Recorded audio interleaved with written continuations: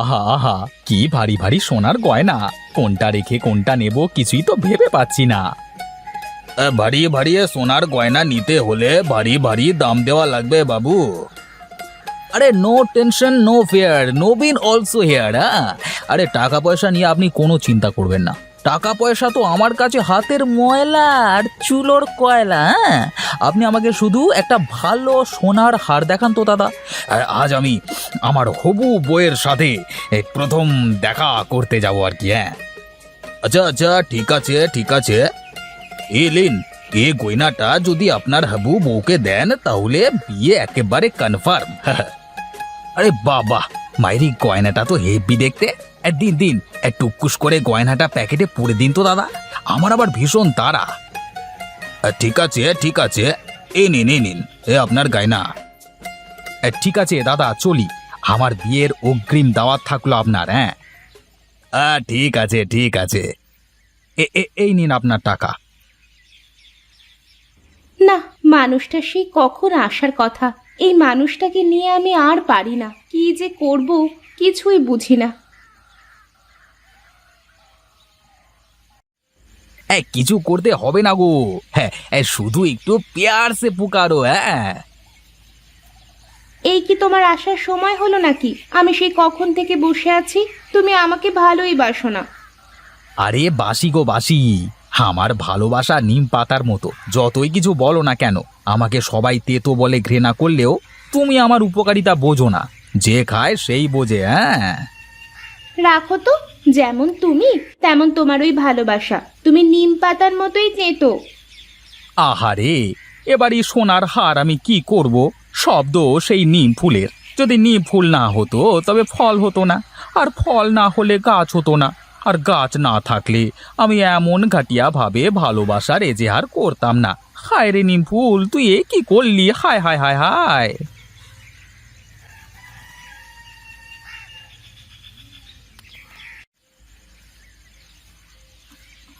আমার ছেলেটা কোথায় গেছে গো? ছেলেটাকে দেখছি না যে। আমার ছেলেটা তো সেই 7 সকালে বেরিয়েছে বাড়ি থেকে, এখনো আসার কোনো খোঁজ নেই। তা কোথায় গেছে তোমার ছেলে? তোমাকে কি কিছু বলে গেছে? তোমার ছেলের আমাকে বলে যেতে বয়েই গেছে। কেন, তোমার একটা মাত্র ছেলেটাকে একটু ভালোভাবে খোঁজ খবর রাখতে পারো না? ছেলে কি আমার একার নাকি? তোমারও তো ছেলে, তুমিও তো পারো একটু ভালোভাবে খোঁজ খবর রাখতে। হ্যাঁ, আজকে বাড়ি আসুক, তারপরে দেখছি ব্যাপারটা।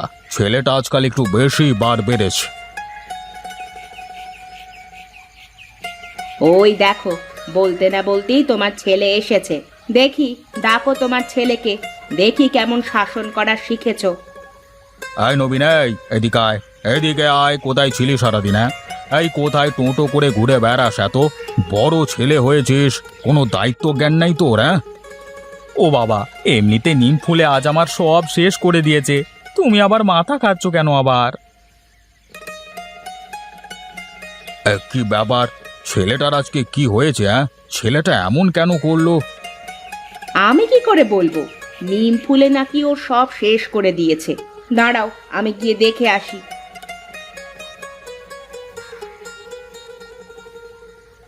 হায় রে নিমফুল, তুই আমার কি করলি? এই, কি ব্যাপার বাবা? তোর কি হয়েছে বল তো দেখি। কি আজে বাজে বকছিস তুই? আজে বাজে বকছি না মা, নিম ফুলে আমার সব শেষ করে দিয়েছে। কি হয়েছে বল তো বাবা আমাকে। এমন পাগলের মতো কেন করছিস? তোমার হবু বৌমা আমার উপরে রাগ করে চলে গেছে গো মা। কেন? কেন রাগ করেছে? কি জানি, আমি তো বলেছিলাম যে আমি তোমাকে নিম পাতার মতো ভালোবাসি, তাই ও রাগ করে চলে গেল। তাও দোষ তো তোর। তুই এই কথা কেন বলছিস? আর নিম ফুলকে কেন দোষ দিচ্ছিস? না মা, সব দোষ নিম ফুলের। যদি নিম ফুল না থাকতো তবে গাছ থাকতো না, আর গাছ না থাকলে পাতাও থাকতো না, আর পাতা না থাকলে আমি বলতাম কি করে যে আমি নিম পাতার মতো ভালোবাসি তোমাকে? হ্যাঁ, হয়েছে, আর মন খারাপ করিস না। আমি কাল ঘটককে বলবো বাড়িতে আসতে। তোর জন্য আমি আবার মেয়ে দেখব।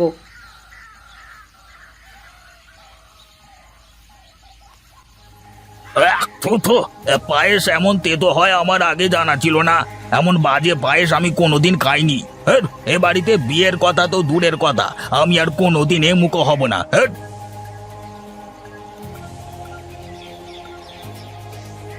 ঘটক সাহেব, যাবেন না, শুনুন। যা, এবার কি হবে? ছেলেকে কি বলবো? আর পায়েস তেঁতো হয়েছে কি করে? আরে, এই নিম ফুল পায়েসে পড়ে পায়েস তেঁতো হয়ে গেছে তাহলে। আমি তো আগেই বলেছিলাম যে এই সব দোষ নিম ফুলের। যা বাবা, ঘরে যা, আমি কাল আবার ঘটক ডাকবো। ডেকে লাভ নেই, সব দোষ নিম ফুলের।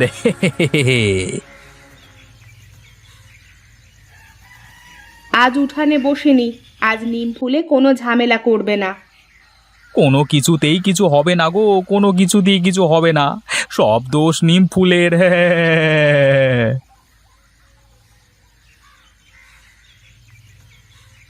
এই গেলুম রে, আমার কোমরটা শেষ, আমার কোমরটা গেল রে, আমার কোমরটা গেল। এই যা রে যা, এই লোকটা পড়লো কি করে? সব দোষ নিম ফুলের, সব দোষ নিম ফুলের। তাই তো দেখছি রে বাবা, নিম ফুল যে আমাদের পিছু ছাড়ছে না।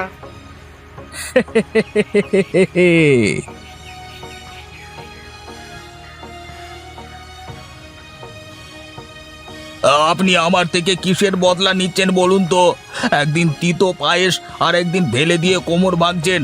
কি দোষ করেছি আমি? ও মা গো, আমি আর কোনোদিন আসবো না আপনার বাড়ি, এই বলে দিলাম।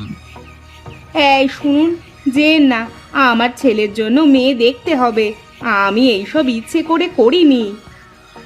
আপনার ছেলের জন্য আপনি মেয়ে খুঁজুন, আমি আর আসবো না আপনার বাড়িতে। ওরে বাবা!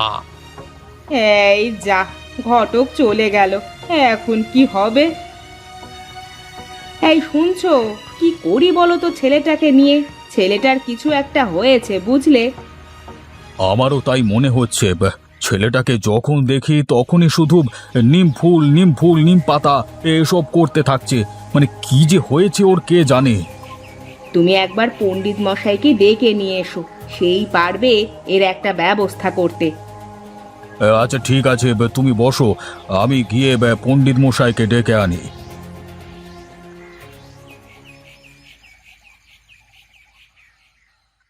পণ্ডিত মশাই কেমন আছেন? আরে নিধিরাম, যে অনেক দিন পর তোমার সাথে দেখা, তা হঠাৎ আমার কথা কি করে মনে পড়লো তোমার? একটু বিপদে পড়ে এসেছি আপনার কাছে, আপনি আমার সাথে একটু বা আমার বাড়িতে চলুন, তাহলেই সব বুঝতে পারবেন। তা কি ব্যাপার, আমাকে একটু খুলে বলো দেখি, আমি বুঝতে পারি কি না। আসলে পণ্ডিত মশাই, মুখে বললে আপনি কিছুই বুঝতে পারবেন না। আপনি আমার বাড়ির ওপরে চলুন, তাহলে সব ঠিকঠাক বুঝতে পারবেন। আচ্ছা ঠিক আছে, চলো তাহলে গিয়ে দেখি তোমার বাড়িতে কিসের এত সমস্যা হয়েছে।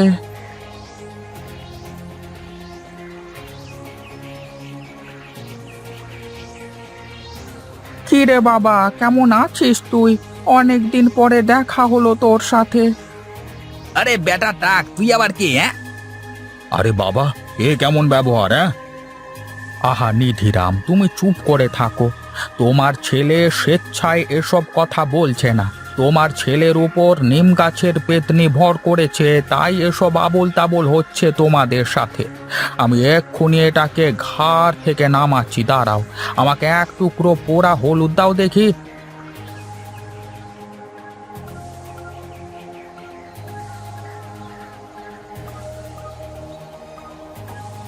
আমাকে ছেড়ে দে, আমি চলে যাচ্ছি, আমি আর কোনোদিন আসবো না এখানে।